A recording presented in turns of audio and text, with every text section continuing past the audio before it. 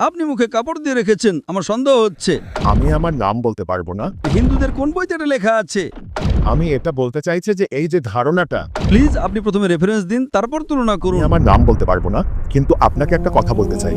হিন্দু ধর্মে ত্রিকালদর্শী বলে একটা ধারণা আছে এবং বলা হয় কিছু ঋষিমুনি ত্রিকালদর্শী ছিলেন, কিন্তু আসলে এই ধারণাটি প্রথমে আল্লাহ তাআলার জন্য ছিল, ভগবান ঈশ্বর পরমেশ্বরের জন্য ছিল, যে একমাত্র আল্লাহই ত্রিকালদর্শী।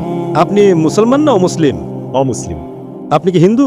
হ্যাঁ, কিন্তু সেখানে এই ব্যাপারটা ঘটেছে যে হিন্দুস্তানে যেমন দেওবন্দি এবং বেরেলভি মতবাদ ছিল, তাহলে এটা কি ঠিক নয় যে বেরেলভি মতবাদ ত্রিকালদর্শীর ধারণাটি হুজুর আকরাম সাল্লাল্লাহু আলাইহি ওয়াসাল্লামের জন্য গ্রহণ করে, একই রকম যে তিনি বর্তমান, অতীত, ভবিষ্যৎ তিনটেই জানেন? অথচ এই ধারণাটা ঠিক একই জিনিস যা হিন্দু সুফিরা বলতেন, এবং এখনো এমন কিছু লোক আছে যারা হযরত আলীর জন্য এটা বলে, এবং কিছু লোক আছে যারা বিভিন্ন সাধু সন্তদের জন্য বলে যে তারা ত্রিকালদর্শী। ভাই সাহেব, এই যে ত্রিকালদর্শীর কথা আপনি বলছেন, কোন হিন্দু গ্রন্থে এর উল্লেখ আছে? বেদে আছে? আপনি কি আমাকে একটু রেফারেন্স দেবেন? বেদে আছে নাকি উপনিষদে আছে, নাকি ভগবদ্গীতায় আছে, নাকি মহাভারতে আছে?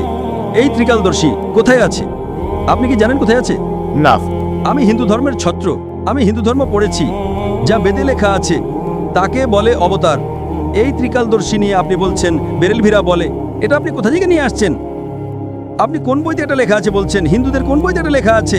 আপনি কি নিজের মন থেকে বলছেন? আমি আমার মন থেকে বলছি। আপনার মন গড়া কথার সাথে আমার কোনো লেনদেন নেই। এখানে হিন্দু ধর্ম সম্পর্কে আপনি বইয়ের রেফারেন্স দিন, তাহলে হিন্দু ধর্ম বলবেন না, বলুন আমি মন থেকে বলছি। যখন হিন্দু ধর্মের রেফারেন্স দেবেন তখন প্রমাণ চাই।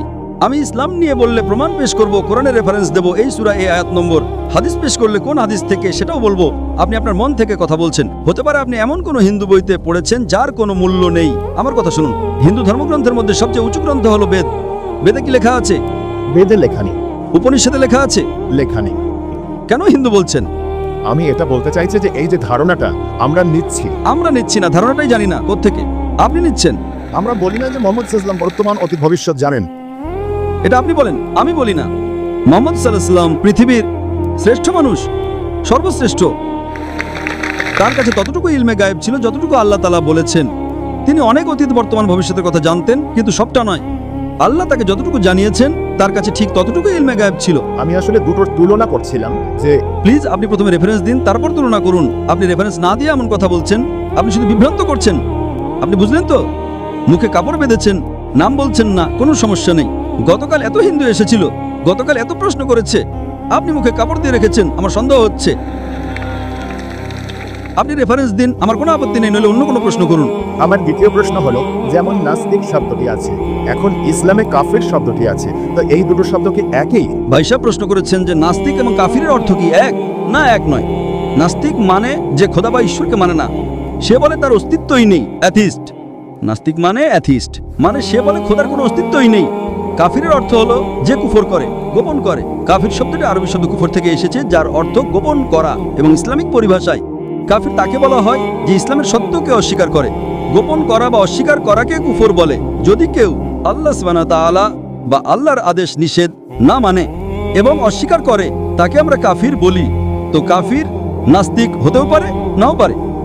এই দুটো শব্দ আলাদা, কিন্তু নাস্তিক মানে যে খোদাকে মানে না। কাফির খোদাকে মানতে পারে, কিন্তু ভুল খোদাকেও মানতে পারে। ইংরেজিতে আপনি যাকে কাফির বলছেন তাকে অ্যাথিস্ট বলে, নাস্তিককে ইংরেজিতে অ্যাথিস্ট বলে।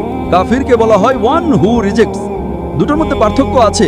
হতে পারে কখনো নাস্তিক আর কাফির এক হয়ে যায়, নাস্তিক কাফির হতে পারে, কাফির নাস্তিক হতে পারে। দুটোর অর্থ আলাদা। নাস্তিক মানে যে খোদার অস্তিত্বে বিশ্বাস করে না, কাফির হলো যে অস্বীকার করে। হতে পারে একজন মানুষ খোদাকে মানে কিন্তু সঠিক খোদাকে মানে না, সেও কাফির হতে পারে। তাই কাফির মানেই যে নাস্তিক হতে হবে এমন জরুরি নয়, হতেও পারে, নাও পারে।